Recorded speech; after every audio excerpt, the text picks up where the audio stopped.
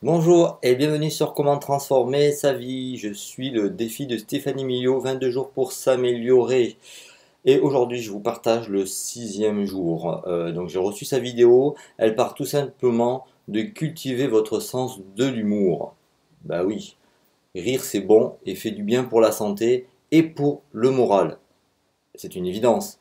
Mais on sait que dès notre plus jeune âge, j'ai du mal à le dire, on va rire jusqu'à plus de 300 fois par jour, mais pas vraiment avec des raisons évidentes. Hein, voilà, c'est pas forcément, voilà, on rit, on est toujours, on est voilà, on est assez joyeux et on rit beaucoup. Et ben, quand on devient adulte, on rit une vingtaine de fois par jour. Donc vous voyez, il y a un gros seuil de, il y a un écart énorme. Et voilà, quand on devient adulte, eh bien, dès qu'on commence à avoir un cursus scolaire et dès qu'on travaille, tout ça, voilà, on devient plus sérieux. Donc c'est voilà, ces études qui prouvent que voilà, on devient plus sérieux. Et donc du coup, on rit moins. Et voilà, forcément, on est un peu plus stressé et tout ça. Donc voilà, donc l'avant-dernière vidéo, c'était sur la prévisibilité. Donc aujourd'hui, c'est apprendre à rire, voilà, se libérer un petit peu et avoir des effets psychologiques intéressants sur le rire. Et c'est vrai que même moi, je me rends compte que voilà, on est toujours pris par notre travail, notre vie sociale et ça, et on rit moins, et c'est bien dommage parce que voilà. Donc j'ai fait un petit post sur mon blog. Voilà, je vous incite à venir voir. Je vais vous narrer quelques petits écrits que j'ai fait. Hein, voilà, juste voilà pour un aperçu. Le rire. Alors donc en effet les effets psychologiques sur le rire, ça permet d'oxygéner, excusez-moi, l'organisme et de réduire les tensions musculaires. Et donc c'est assez bénéfique, voilà. Ça favoriserait d'éliminer des résidus, des tensions, et ça augmente la capacité respiratoire. Voilà.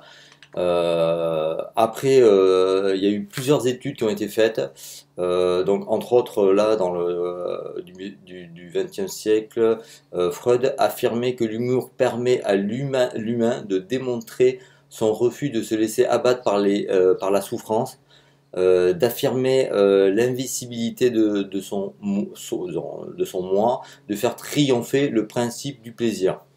Alors, donc ça c'est vrai que voilà, il y a eu plusieurs études. Il y a eu aussi le professeur Rod Martin, ou Martin, voilà, ça sera plutôt un anglais, qui a fait aussi pas mal d'études. Après, donc là, donc c'est donc bien sûr là sur les effets psychologiques, hein, voilà, c'est prouvé que bien sûr le rire est bénéfique pour la santé, le moral. Euh, et on ne rit pas forcément parce que c'est drôle, voilà. On est trop justement, voilà, on est trop sur une vie où on est trop, trop pris par plein de choses et en fin de compte on oublie de rigoler. Donc c'est vraiment dommage et ça nous permet de mieux être ouvert à plein de choses, c'est-à-dire la santé, le moral. Donc bref, le rire et développer son sens de l'humour, c'est bon pour la santé physique, mentale et émotive. Mais comment y parvenir si on n'est pas au début d'un naturel guilleret? En plus, voilà, c'est ça, on n'est pas forcément, on peut le devenir, mais on n'est pas forcément quelqu'un de guilleret qui à tout bout de journée raconte des blagues ou voilà, est assez jovial et tout ça. On peut bien sûr suivre une psychothérapie ou s'initier aux approches de développement personnel pour avoir davantage d'humour afin de mieux affronter la vie, les événements malheureux, une façon plus directe et de participer à un club du rire. Voilà, donc là c'est ce que je vous parle sur le blog. Euh, Voilà, donc en fin de compte, moi ce que je dis aussi, voilà, si vous voulez passer à l'action, il y a plusieurs sortes de choses pour y arriver, en fin de compte. Il y a par exemple, moi là je vous partage de la lecture, donc je partage plusieurs livres que j'ai recherchés.